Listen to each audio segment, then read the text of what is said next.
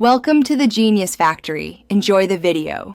You start by securing Pack-a-Punch and 10,000 points because you need the upgrade path unlocked.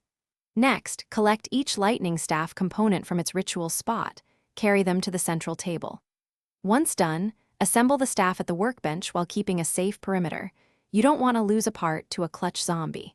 Make sure to conserve ammo and keep a shield up during assembly, since interruptions cost time and can wreck the process. You now focus on charging and modifying the staff.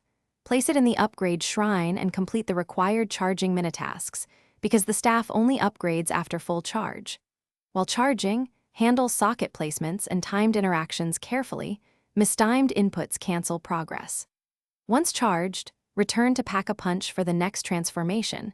You'll need to repeat shielded training loops to keep distance from zombies while the upgrade completes. Remember to rotate. You finish by performing the final ritual or boss interaction that seals the lightning staff upgrade, because that last action binds the new effects. After it completes, test the staff on a small group to confirm damage and special effects work as intended. If the upgrade stalls or the staff won't transform, try reloading the map area, reassembling parts, or re-entering the Pack-a-Punch to reset flags.